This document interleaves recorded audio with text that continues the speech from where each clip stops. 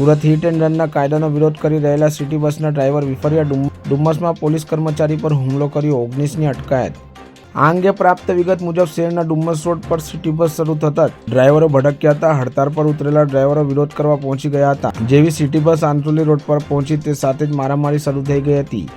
આ દરમિયાન એક સિટી બસમાં તોડફોડ કરવામાં આવી હતી। સિટી બસમાં કોન્ટ્રાક્ટ પર રહેલા કેટલાક ડ્રાઈવર અને કંડક્ટરો વિરોધ પ્રદર્શન કરીને ચક્કાજામ કરી દીધો હતો।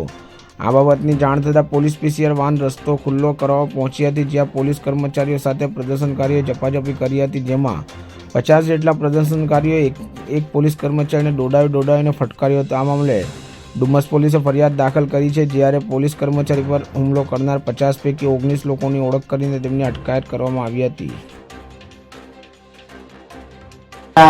નવા કાયદાના વિરોધમાં ટ્રક ડ્રાઈવરોએ ચક્કાજામ કરવાનો પ્રયત્ન કર્યો હતો ડુમ્મસ રોડ પર। તો તકેદારી રૂપે અમારી પીસીઆર પેટ્રોલિંગમાં જ હતી, તો તુરંત જ અમારી પીસીઆરે જઈને રોડ ક્લિયર કરાવડાયો। કરાવ્યા પછી તરત એની સાથે જે ડ્રાઈવરોએ ઝપાઝપી કરી અને એ જ સમયે અમારી પોલીસ તરત પહોંચી ગઈ અને તુરંત ઓન ધ સ્પોટ અમે 4 આરોપીઓ અટક કર્યા અને તરત અડધો કલાકમાં બીજા ટોટલ 22 આરોપીઓને અમે ડિટેન કરેલા છે।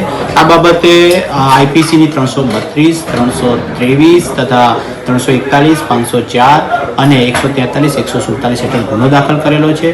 અત્યારે પરિસ્થિતિ સંપૂર્ણ શાંતિપૂર્ણ છે અને રસ્તો ફક્ત 1.5 થી 2 મિનિટ જ રોકાણો હતો અને એટલા ટાઈમમાં જ અમે ટ્રાફિક ખોલી દીધો હતો અને અત્યારે પણ તકેદારી patrolling, cross patrolling, point wise બંદોબસ્ત ચાલુ છે, અત્યારે ખૈરિયત છે।